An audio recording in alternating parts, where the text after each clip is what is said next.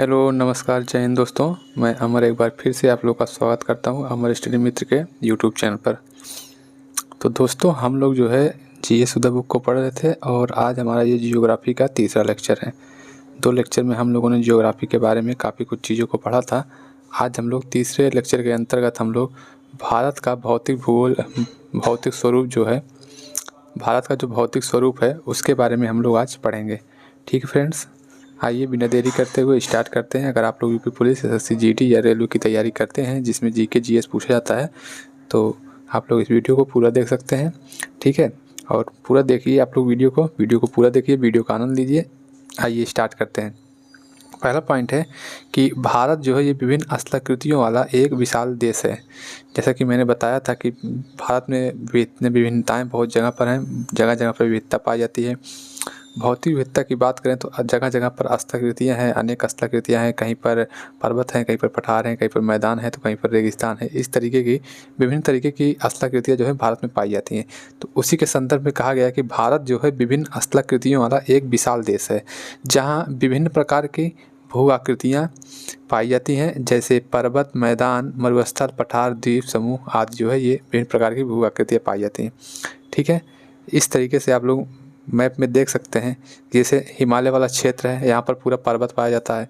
फिर उत्तर भारत का मैदान है, ये पूर्व भारत का पूरा मैदान है जो पूर्वी भारत है। ठीक है, डिज़र्ट है, डिज़र्ट मतलब राजस्थान का जो मरुस्थल वाला पार्ट है। फिर सेंट्रल प्लेटू है, पठार है, ये सब जो सब चीज़ें हैं ये सब जो है विविधताएँ देखने को मिलती है। ठीक फ्रेंड्स, आगे चलते हैं। फिर उसके बाद द्वीप समूह, जैसे अंडमान निकोबार द्वीप समूह है, लक्षद्वीप आइलैंड, इस तरीके से लक्षद्वीप आइसलैंड जो है ये सब द्वीप समूह है। ठीक है, नेक्स्ट दिया गया है कि देश के लगभग 10.7% क्षेत्र पर पर्वत, 18.6% क्षेत्र पर पहाड़ियाँ और 27.7% पर पठार तथा 43% क्षेत्रफल पर मैदानी भागों का विस्तार है। ये निम्नलिखित इतने परसेंट जो है भाग इस तरीके से घिरे हुए हैं। जैसे 10% भाग जो है उस पर 10% भाग पर क्या है, क्षेत्रफल पर्वत है, 18% क्षेत्र पर पहाड़ियाँ हैं, 27% क्षेत्र पर पठार है और 43% क्षेत्रफल पर मैदानी भाग है। ठीक है, आगे नेक्स्ट है जो हेडिंग है, इसको आप लोग देखेंगे। भारत की भू आकृतिक उप इकाइयाँ। भू आकृतिक उप इकाइयों के मतलब कि भारत को कितने तरीके की आकृतियों में बांटा गया है या इसको कितने तरीके से अलग अलग किया गया है। तो जैसे पहला है हिमालय पर्वत। पहले एक पोर्शन जिसको कहते हैं उत्तर का हिमालय, ये एनसीईआरटी में भी देखने को मिलेगा। उत्तर का हिमालयी भाग या हिमालय पर्वत वाला भाग जो होता है। फिर उसके बाद विशाल मैदान वाला भाग देखने को मिलता है। फिर मध्यवर्ती जो है उच्च भूमि वाला भाग देखने को मिलता है। इस तरीके से काफ़ी भाग देखने को मिलते हैं। ठीक है, अब जैसे हिमालय पर्वत वाला भाग है तो हिमालय पर्वत में पश्चिमी हिमालय, पूर्वी हिमालय, उत्तर पूर्वी हिमालय, ये हिमालय के पार्ट हैं। ठीक है, फिर विशाल मैदान में उत्तरी मैदान, पूर्वी मैदान, असम का मैदान, थार मरुस्थल, ये सब इसके अंतर्गत स्थलाकृतियाँ देखने को मिलती है। मध्यवर्ती उच्च भूमि में देखेंगे तो उत्तर मध्यवर्ती उच्च भूमि, दक्षिण मध्यवर्ती उच्च भूमि। प्रायद्वीपीय पठार में देखेंगे तो उत्तरी दक्कन का पठार, दक्षिणी दक्कन का पठार, पूर्वी पठार, पश्चिमी पहाड़ियाँ, पूर्वी पहाड़ियाँ, ये सब प्रायद्वीपीय पठार के अंतर्गत देखने को मिलेंगी। फिर तटीय मैदान को देखेंगे, तटीय मैदान में जैसे पश्चिमी तटीय मैदान, पूर्वी तटीय मैदान। द्वीप समूह में लक्षद्वीप और अंडमान व निकोबार द्वीप समूह, ये सब निम्न तरीके से देखने को मिलते हैं। ठीक है, अब हम लोग उत्तर पर्वत श्रृंखला को सबसे पहले हम लोग देखेंगे कि उत्तर पर्वत श्रृंखला में क्या क्या है। नॉर्दर्न माउंटेन रेंज, ठीक है, इसमें क्या दिया गया है कि यह पर्वतीय भाग महान हिमालय पर्वत श्रृंखला के एक भाग का निर्माण करता है। भारत की उत्तरी सीमा पर विस्तृत हिमालय पर्वत भूगर्भिक रूप से युवा मतलब अभी नवीन है एवं बनावट एवं दृष्टिकोण से वलित तथा विश्व की नवीनतम मोड़दार पर्वत श्रृंखलाओं में से एक है। हिमालय की उत्पत्ति भारतीय प्लेट और यूरेशियन प्लेट के टकराव से हुई थी। इसको मैंने कल बताया था कि जब भारतीय प्लेट जाकर यूरेशियन प्लेट से मिलती है तो जो टेथिस सागर है उसी में भूसन्नति होती है, जिसके फलस्वरूप हिमालय का निर्माण होता है। ठीक है, वही चीज़ यहाँ पर बताया गया है कि हिमालय की उत्पत्ति जो होती है भारतीय प्लेट और यूरेशियन प्लेट के टकराव से होती है। ये हिमालय जो है ये नवीनतम वलित पर्वत है या मोड़दार पर्वत है, ये सब आप लोग याद रखेंगे। ठीक फ्रेंड्स, नेक्स्ट पॉइंट देखते हैं कि इसके निर्माण के संबंध में, किसके निर्माण के, हिमालय पर्वत के, इसके निर्माण के संबंध में कोबर का भूसन्नति सिद्धांत जियोसिंक्लिक्स थ्योरी एवं अमेरिकी भूवैज्ञानिक हैरी हेस का प्लेट विवर्तनिकी सिद्धांत जो है सर्वाधिक मान्य है। यही दोनों सिद्धांत जैसे भूसंनति सिद्धांत और प्लेट विवर्तनिकी सिद्धांत जो ये दोनों सिद्धांत इससे रिलेटेड है, इससे मान्य है। ठीक है, कोबर ने भूसंनतियों को पर्वत का पालना कहा है। कोबर ने भूसंनति सिद्धांत के अनुसार आज से 7 करोड़ वर्ष पूर्व हिमालय के भूसंनति थी जो एक अंगारा लैंड भूभाग के को दक्षिण गोंडवाना लैंड से पृथक करती थी। ठीक है, इस तरीके से कोबर ने भूसंनति का सिद्धांत दिया था जिसमें उन्होंने समझाया था। इन दोनों के अवसाद जो थे टेथिस भूसंनति में जमा होते जा रहे थे एवं इन अवसादों को क्रमशः अवतलन होता रहा। इसके परिणाम स्वरूप दोनों संलग्न अग्रभूमियों में दबाव जनित भूसंचलन उत्पन्न हुआ, जिससे क्युनलुन एवं हिमालय काराकोरम श्रेणियों का निर्माण हुआ। ये भूसंनति सिद्धांत जो कोबर का था उसके अनुसार जो अंगारा लैंड भूभाग था और जो गोंडवाना दक्षिणी गोंडवाना लैंड जो भूभाग था उसके बीच में टेथिस सागर था, तो उसी में इनके अवसाद इनके सेडिमेंट्री जो थे वो जमा होते गए। इसी से बाद में जो है हिमालय का निर्माण हुआ, काराकोरम श्रेणी का निर्माण हुआ और कुनलुन श्रेणी का इस तरीके से निर्माण होता है। ठीक है, टेथिस सागर को हिमालय का गर्भगृह भी कहा जाता है या हिमालय का जन्मस्थल कहा जाता है, इसको याद रखिएगा। किसको? टेथिस सागर को। ठीक है, आगे बढ़ते हैं। अगला है हिमानी या हिमनद।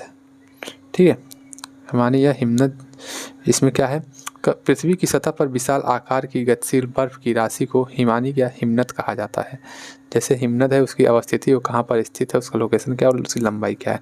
सियाचिन है, सियाचिन जो काराकोरम है 76 किलोमीटर, बाल्टोरो काराकोरम में ही है 58 किलोमीटर, हिस्पार काराकोरम श्रेणी में ही है। ठीक है, वो भी 61 किलोमीटर। ये सब जैसे ग्लेशियर, हिमनद को ग्लेशियर से ही समझ सकते हैं, जैसे Siachen glacier, Baltoro glacier, Hispar glacier, और ये कहाँ स्थित है? काराकोरम श्रेणी में। ठीक है, बियाफो है, ये भी काराकोरम श्रेणी में। बातुरा है काराकोरम श्रेणी में 58 किलोमीटर। चोंगो लुंगमा है काराकोरम श्रेणी में 50 किलोमीटर। खुरदोनला है काराकोरम श्रेणी में 41 किलोमीटर। कुनयांग काराकोरम श्रेणी में ही 24 किलोमीटर और रीमो कश्मीर श्रेणी में 40 किलोमीटर। गंगोत्री कुमायूं हिमालय की श्रेणी में, कुमायूं हिमालय जिसको शिवालिक हिमालय भी कहते हैं, इसमें 26 किलोमीटर। केदारनाथ उत्तराखंड में है, ठीक 54 किलोमीटर। जेमू जो है सिक्किम नेपाल में है, कितना 25 किलोमीटर। मिलाम जो है कुमायूं हिमालय 19 किलोमीटर। कंचनजंगा नेपाल हिमालय 16 किलोमीटर। ठीक है, इस तरीके से ये ग्लेशियर थे। आगे देखते हैं हिमालय की प्रमुख हिमनद। हिमनद मतलब हिमालय से प्रमुख हिमनद जो है ये सब। ठीक है, ये मैप के माध्यम से देख सकते हैं। काराकोरम, ये क्या है? लाहौल स्पीति है, बास्पा है। इतना अच्छे से इसमें नहीं दिखाई दे रहा, अगर आपके पास बुक हो तो बुक में आप लोग देख सकते हैं, बुक में एकदम क्लियर टू क्लियर दिखेगा। ठीक है फ्रेंड्स, देखते हैं उसको, मैप को आप लोग बुक में देख लीजिएगा, उसमें जो भी है लोकेशन उसको आप लोग हाईलाइट कर लीजिएगा। ठीक है, चौराबाड़ी ग्लेशियर उत्तराखंड के रुद्रप्रयाग जिले में केदारनाथ मंदिर से 4 किलोमीटर उत्तर में स्थित है। इस ग्लेशियर के पिघलने से गांधी सरोवर झील का निर्माण हुआ था। किसका? गांधी सरोवर झील का निर्माण हुआ था। ठीक है, फिर अगला हेडिंग है उत्तर से दक्षिण की ओर फैले उत्तरी पर्वत प्रदेश को निम्नलिखित भागों में बांटा जाता है। किस भाग में बांटा जाता है? तो पहला आता है ट्रांस हिमालय, फिर बृहद हिमालय या जिसको आंतरिक हिमालय भी कहते हैं, फिर इसको ग्रेट हिमालय भी कहते हैं, लघु हिमालय या मध्य हिमालय। ठीक है, शिवालिक या बा हिमालय, फिर उत्तरी पूर्वी हिमालय। ठीक है, फिर उत्तर दक्षिण के अतिरिक्त हिमालय का नदी घाटियों की सीमाओं के आधार पर प्रादेशिक विभाजन किया जाता होता है। प्रादेशिक विभाजन की संकल्पना जो थी सिडनी बुर्नार्ड ने दी थी। ठीक है, नेक्स्ट चलते हैं हिमालय का वर्गीकरण। इस तरीके से आप लोग देख सकते हैं, ये हिमालय का वर्गीकरण है, इसको आप लोग जो है मैप को अच्छे से देख सकते हैं। ठीक है फ्रेंड्स, आगे चलते हैं। आगे है पंजाब हिमालय। पंजाब हिमालय में क्या क्या है? जैसे सिंधु सतलुज नदी के बीच स्थित हिमालय के भाग को कश्मीर या पंजाब हिमालय कहते हैं। किसके किसके? सिंधु नदी और सतलुज नदी के बीच में जो स्थित भाग है उसको क्या कहते हैं? उसको पंजाब हिमालय कहते हैं। इसकी लंबाई 560 किलोमीटर है। ठीक है, यह कश्मीर व हिमालय प्रदेश राज्यों में फैला है। इसके अंतर्गत जास्कर, लद्दाख, काराकोरम, पीर पंजाल, धौलाधर श्रेणी सम्मिलित हैं। शिमला धौलाधर श्रेणी की में स्थित है और दक्षिण एशिया की महत्वपूर्ण ग्लेशियर बाल्टोरो और सियाचिन इसी प्रदेश में स्थित हैं। मीठे पानी की झील जैसे डल और बुलर झील तथा खारे पानी की झीलें पांगोंग, त्योसो और त्योसो मुरारी झीलें जो भी इसी क्षेत्र में पाई जाती हैं। किसमें? पंजाब हिमालय में। ठीक है, फिर कुमायूं हिमालय को देखते हैं। कुमायूं हिमालय में क्या क्या पाया जाता है? तो कुमायूं हिमालय में सतलुज और ये काली नदी के बीच में अवस्थित है। जैसे सतलुज नदी है, ठीक है, सतलुज नदी और काली नदी के बीच में जो हिमालय पाया जाता है उसको क्या कहा जाता है, उसको कुमाऊं हिमालय कहा जाता है। ठीक है, इसकी लंबाई 320 किलोमीटर है। यह उत्तराखंड राज्य में विस्तृत है। इसकी सबसे ऊंची चोटी जो है नंदा देवी, इसकी सबसे ऊंची चोटी है जो 7,817 मीटर है। ठीक, इसके पश्चिम भाग को गढ़वाल हिमालय एवं पूर्वी भाग को कुमायूं हिमालय के नाम से जाना जाता है। बद्रीनाथ, केदारनाथ, त्रिशूल, माना, गंगोत्री, नंदा देवी, कामेट आदि यहाँ की प्रमुख चोटियाँ हैं। और गंगा और यमुना नदियों का उद्गम स्थान क्रमशः गंगोत्री और यमुनोत्री है। इसको याद रखिएगा, गंगा का उद्गम स्थान गंगोत्री है और यमुना का उद्गम स्थान यमुनोत्री, जो कि इसी कुमायूं हिमालय का हिस्सा है। ठीक है, माना तथा नीति दर्रा भी इसी क्षेत्र में स्थित है, कुमायूं हिमालय में। ठीक, नेक्स्ट आता है नेपाल हिमालय। नेपाल हिमालय को देखेंगे तो काली और तीस्ता नदी के बीच का जो भाग है उसी को नेपाल हिमालय कहते हैं। इसकी लंबाई 800 मीटर है। कितना है? 800 मीटर इसकी लंबाई है। इस श्रेणी को सिक्किम में सिक्किम हिमालय के नाम से जानते हैं। पश्चिम बंगाल में दार्जिलिंग हिमालय तथा भूटान में भूटान हिमालय कहते हैं। ठीक है, भारत की सबसे ऊंची चोटियाँ अन्नपूर्णा, धौलागिरी, गोसाईथान, कंचनजंगा जो 8,598 मीटर है, मकालू 8,481 मीटर और एवरेस्ट 8,848 मीटर इसी में स्थित है। ठीक है, नेक्स्ट आता है असम हिमालय। इसको आप लोग याद रखेंगे कि कंचनजंगा की हाइट 8,598 किलोमीटर, मकालू 8,481 किलोमीटर और एवरेस्ट जो है इसकी ऊंचाई 8,848 किलोमीटर। क्या बोल रहा हूँ, कंचनजंगा 8,598 मीटर, मकालू 8,481 मीटर और एवरेस्ट 8,848 मीटर इसकी लंबाई है, ऊंचाई है यानी कि कहने का। ठीक है, नेक्स्ट चलते हैं असम हिमालय। असम हिमालय में क्या दिया गया है कि तीस्ता, दिहांग और ब्रह्मपुत्र नदी के बीच में अवस्थित है। इसकी लंबाई 750 किलोमीटर है। नेपाल हिमालय की अपेक्षा कम ऊंचा है। नेपाल हिमालय जो है वो विश्व की सबसे ऊंची चोटी है, उसी में पाई जाती है। और ये जो है असम हिमालय, ये नेपाल हिमालय की अपेक्षा कम ऊंचा है और यह सिक्किम, असम व अरुणाचल प्रदेश राज्यों और भूटान देश में विस्तृत है। कहाँ पर? सिक्किम, असम और अरुणाचल प्रदेश राज्य, ये भारत के राज्य है और भूटान देश में ये विस्तृत रूप से फैला हुआ है। हिमालय की सबसे पूर्वी चोटी नामचा बरवा लगभग 7,756 मीटर है, जो अरुणाचल प्रदेश की तिब्बत सीमा पर स्थित है। अरुणाचल प्रदेश और तिब्बत की सीमा पर नामचा बरवा पर्वत स्थित है। ठीक है, जेलेपला, बुमला, सेला, तेगा, यांगयाप, कारपोला आदि जो दर्रे हैं ये इसी श्रेणी में स्थित दर्रे हैं। ठीक है, ट्रांस हिमालय या तिब्बत हिमालय।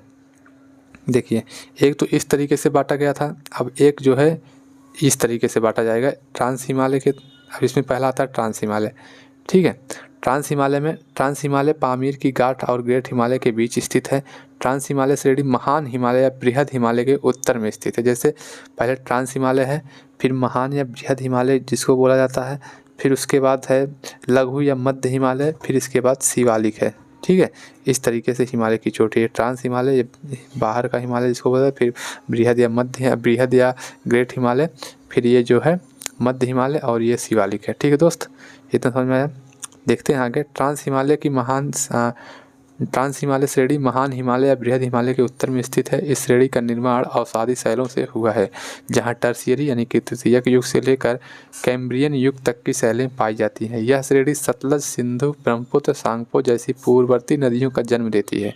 ठीक है, यह उत्तर में ट्रांस हिमालय से Indo Tsangpo suture zone ITSZ या हिज लाइन के द्वारा अलग होती है। इसको याद रखिएगा, ये ट्रांस हिमालय से किससे अलग होती है? तो इंडो सांगपो सचर जोन। कल एक डायग्राम था उसमें इस तरीके से बना था। ठीक है, ऐसे तो ये ट्रांस हिमालय है। ठीक, ये ट्रांस हिमालय है और ये बृहद हिमालय है। तो ये जो बीच में ये अलग हो रहा है इसी को कहा जाता है ITSZ, Indo Tsangpo suture zone. ठीक है फ्रेंड्स, नेक्स्ट देखते हैं। इसके अंतर्गत काराकोरम, लद्दाख, जास्कर, कैलाश पर्वत श्रेणियाँ हैं। इसके अंतर्गत कौन कौन सी श्रेणियाँ हैं? तो काराकोरम, लद्दाख, जास्कर एवं कैलाश पर्वत श्रेणियाँ इसके अंतर्गत हैं। ठीक है, समझ में आया। आगे बढ़ते हैं। आगे है काराकोरम पर्वत श्रृंखला को एशिया की रीढ़ कहा जाता है। क्या कहा जाता है? एशिया की रीढ़ कहा जाता है इसको, काराकोरम को। ठीक है दोस्त, इसको याद रखिएगा। एशिया का रीढ़ किसे कहा जाता है? तो काराकोरम पर्वत को एशिया का रीढ़ कहा जाता है। इसी पर्वत श्रेणी में भारत की सबसे ऊंची पर्वत चोटी केटू या गाडविन ऑस्टिन जिसकी ऊंचाई है 8,611 मीटर स्थित है। गाडविन ऑस्टिन पर्वत को गौरी नंदा पर्वत के नाम से भी जाना जाता है। किसके नाम से? तो गौरी नंदा के नाम से भी जाना जाता है। ये भारत की सबसे ऊंची चोटी है। ठीक है। काराकोरम श्रेणी पाक अधिकृत कश्मीर में स्थित है। सियाचिन 76 किलोमीटर, बियाफो 59 किलोमीटर, बाल्टोरा जो है 58 किलोमीटर तथा हिस्पार 61 किलोमीटर चारों काराकोरम श्रेणी के सबसे बड़े ग्लेशियर। देखिए जो काराकोरम श्रेणी है ये पाक ऑक्टोपाइड कश्मीर, जिसको पाक अधिकृत कश्मीर कहते हैं, पीओके वाले क्षेत्र में है। इस नाते जो है ये देखिए जो ये दिया गया है केटू गाडविन, कहीं कहीं पर इसको जो है क्वेश्चन पूछ लेता है कि भारत की सबसे ऊंची पर्वत चोटी केटू गाडविन ऑस्टिन न देकर वहाँ पर कंचनजंगा दिया रहता है, क्योंकि केटू गाडविन ऑस्टिन ये जो है पाकिस्तान अपना हिस्सा मानता है, पीओके वाले एरिया में है। तो कभी कभी ऑप्शन में ये दिया ही नहीं रहेगा केटू गाडविन ऑस्टिन। अगर केटू गाडविन ऑस्टिन नहीं दिया गया है तो आप लोग वहाँ पर कंचनजंगा को लगाएंगे। ठीक है फ्रेंड्स, ठीक है, समझ में आ रहा है ना दोस्त? आगे बढ़ते हैं। अगर समझ में आ रहा है तो वीडियो को लाइक कर दीजिएगा। ठीक है। नोट में दिया गया कि विश्व की सर्वाधिक तीव्र ढाल वाली चोटी राकापोसी है जो लद्दाख श्रेणी में है। कौन? राकापोसी, ये लद्दाख श्रेणी में। फिर आता है काराकोरम श्रेणी पश्चिम में पामीर की गांठ से मिल जाती है, जबकि दक्षिण पूर्व की ओर यह कैलाश श्रेणी के रूप में विस्तृत है। ठीक है। आगे बढ़ते हैं। आगे दिया है कि इस श्रेणी के दक्षिण में लद्दाख श्रेणी सिंधु नदी तथा इसकी सहायक श्योक नदी के मध्य विभाजक कार्य करती है। कौन? दक्षिण में लद्दाख श्रेणी सिंधु नदी तथा इसकी सहायक श्योक नदी के मध्य जो है विभाजक का कार्य करती है। श्योक नदी के मध्य में जो है ये जो है लद्दाख श्रेणी है, सिंधु और श्योक नदी के बीच में। ठीक है। इस तरीके से आप लोग देख सकते हैं। ये देखिए ये जो है ये ट्रांस हिमालय है। ठीक, सॉरी ट्रांस हिमालय नहीं है, ये काराकोरम रेंज है, ये लद्दाख रेंज है, ये जास्कर रेंज है, ये हिमाद्री है। इस तरीके से अलग अलग तरीके से बनाया गया है। ठीक है। आगे बढ़ते हैं।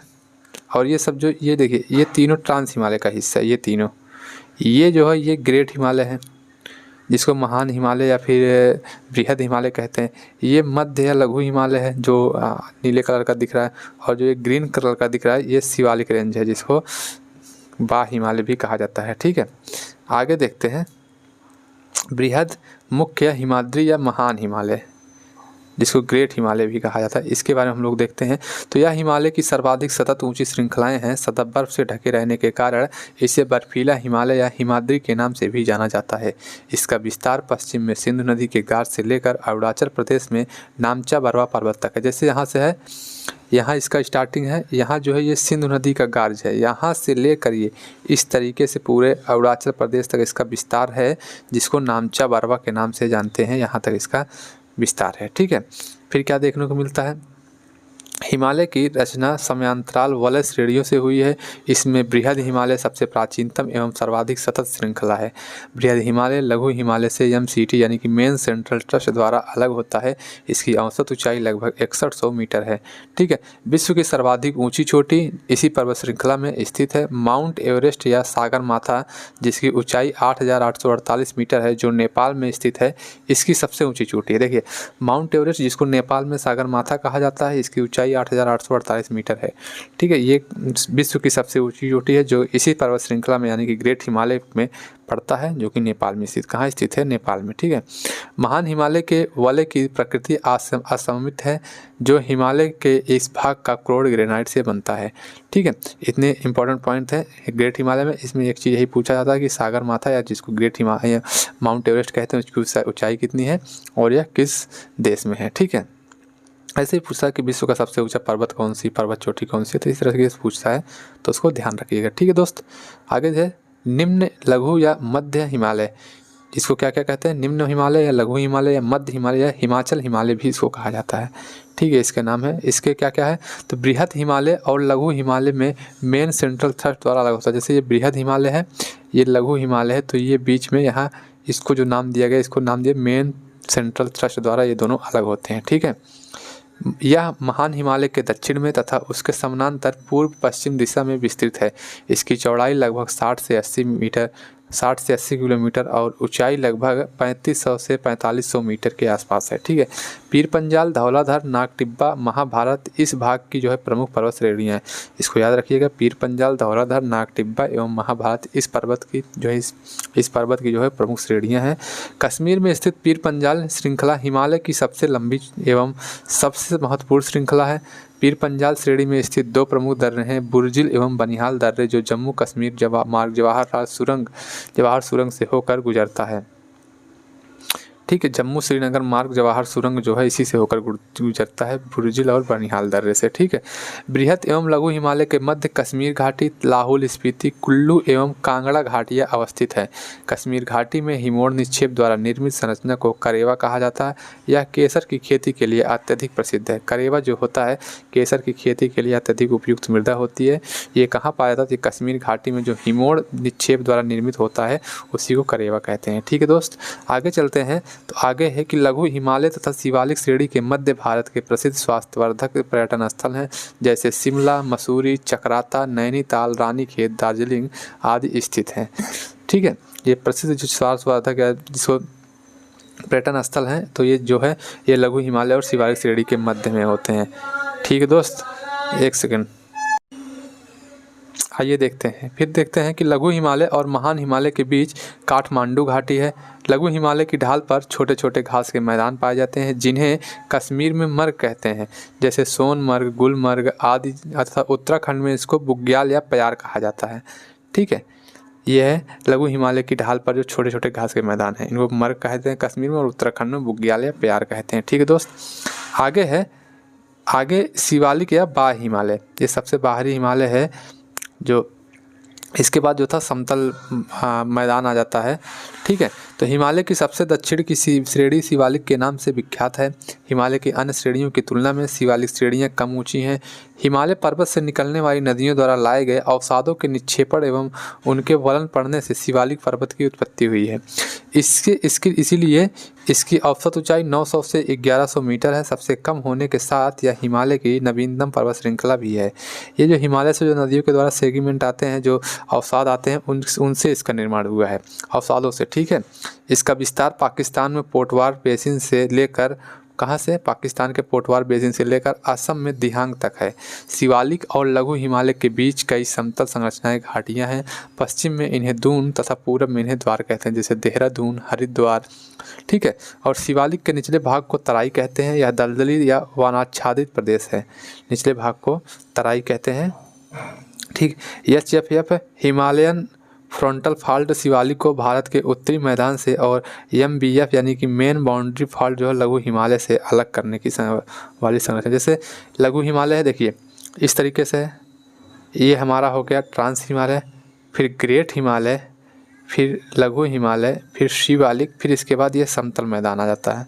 तो यही कहा गया कि ये जो है इसको जो है एचएफएफ यानी कि हिमालयन फ्रंटल फॉल्ट जो है ये इसको समतल मैदानों से अलग करते हैं। यहाँ जो है ये हिमालयन फ्रंटल फॉल्ट है। ठीक है, और जो मेन बाउंड्री फॉल्ट है ये यहाँ पर है मेन बाउंड्री फॉल्ट जो है ये इसको लघु हिमालय से अलग करती है। ठीक है दोस्त, आगे है उत्तर पूर्वी हिमालय। उत्तर पूर्वी हिमालय में क्या क्या है? उत्तर पूर्वी हिमालय ब्रह्मपुत्र नदी हिमालय की सबसे पूर्वी सीमा का निर्धारण करती है। दिहांग गाज के बाद हिमालय दक्षिण की ओर अक्षसंघी मोड़ बनाते हुए भारत के उत्तर पूर्वी राज्यों में फैल जाता है। इन्हें उत्तर पूर्वी हिमालय के नाम से जाना जाता है। ठीक है, उत्तर पूर्वी हिमालय की ज़्यादातर पहाड़ियाँ छोटे बड़े नदी नालों के द्वारा अलग होती हैं, जहाँ अनेक जनजातियाँ झूम या स्थानांतरित कृषि करती हैं। ठीक है, झूम या स्थानांतरित कृषि कहते हैं। आगे देखते हैं उत्तर पूर्वी क्षेत्र में फैली हिमालय की श्रेणियाँ कौन सी श्रेणी है जो उत्तर पूर्वी क्षेत्र में फैली हुई है। जैसे डाफला पहाड़ी है, मिरी पहाड़ी है, अपोर पहाड़ी है और मिसमी पहाड़ी है। अरुणाचल प्रदेश में ये निम्न पहाड़ियाँ हैं जो उत्तर पूर्वी क्षेत्र में फैली हुई हैं। ठीक है, आगे है पटकाई बुम, अरुणाचल प्रदेश में है। ये अरुणाचल प्रदेश और म्यांमार की सीमा बनाती हैं। ये अरुणाचल प्रदेश है, म्यांमार है, इसकी सीमा जो है ये पटकाई बुम बनाती है। ठीक है, नागा पहाड़ियाँ नागालैंड में है। मणिपुर पहाड़ियाँ मणिपुर में है। मिजो पहाड़ियाँ मिजोरम में है। त्रिपुरा पहाड़ियाँ त्रिपुरा में है। बरेल पहाड़ियाँ जो है ये असम, मणिपुर, नागालैंड तीनों में है। और मिकिर पहाड़ियाँ जो है ये असम में है। ठीक है दोस्त, इसको याद कर लीजिए। कभी कभी ऐसे क्वेश्चन बनता है ना, ऐसे डायरेक्ट पटकाई बुम दे देगा, मिजो दे देगा, त्रिपुरा दे देगा, मिकिर दे देगा, फिर एक साइड राज्यों के नाम दे देगा, उसको मिलाने के लिए आता है। ठीक है, आगे देखते हैं गारो खासी जयंतीय पहाड़ियाँ। गारो खासी जयंतीय ये मेघालय में है।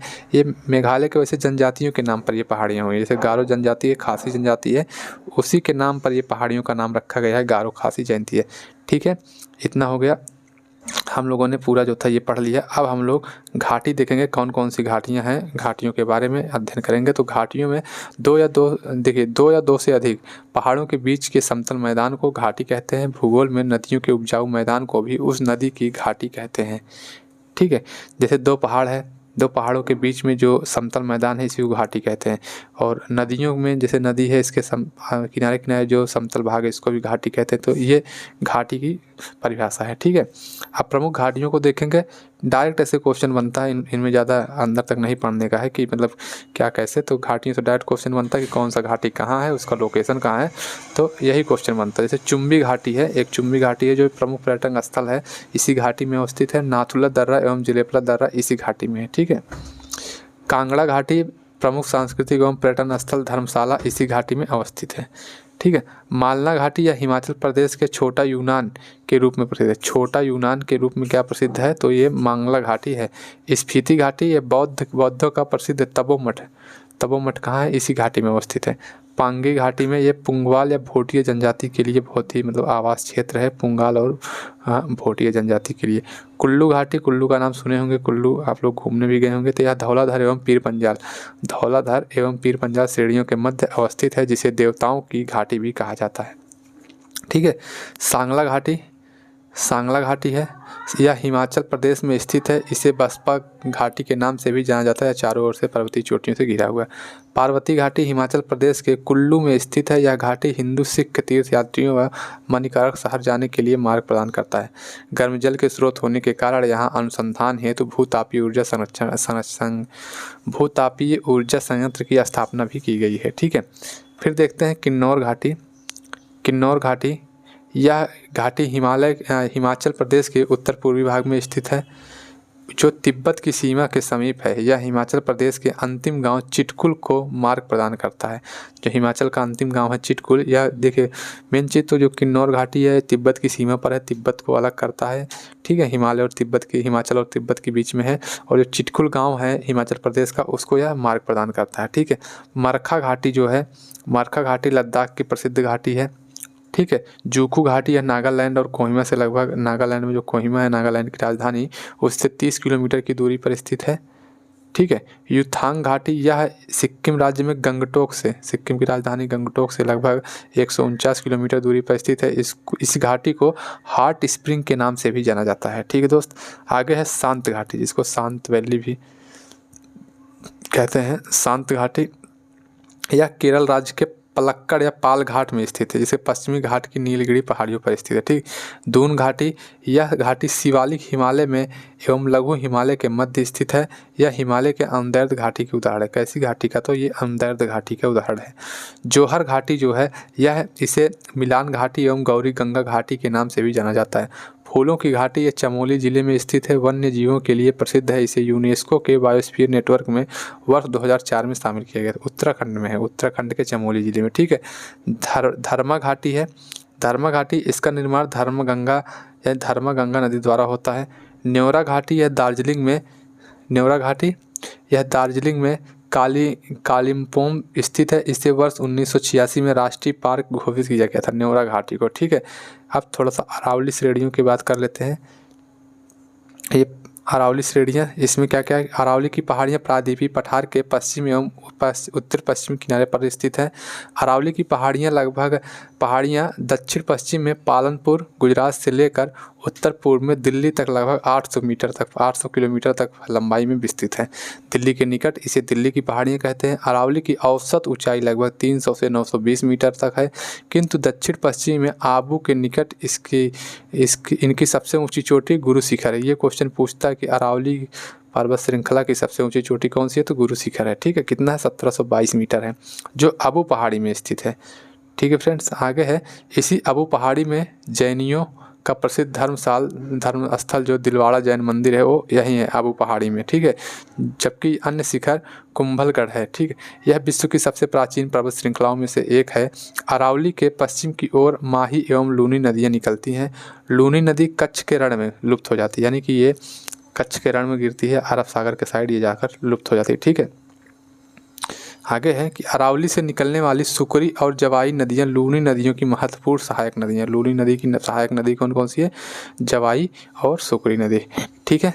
अब इसके बाद हम लोग भारत का प्रायद्वीपीय पठार जो है इसको हम लोग कल पढ़ेंगे नेक्स्ट वीडियो में। नेक्स्ट लेक्चर हमारा कल होगा भारत का प्रायद्वीपीय पठार।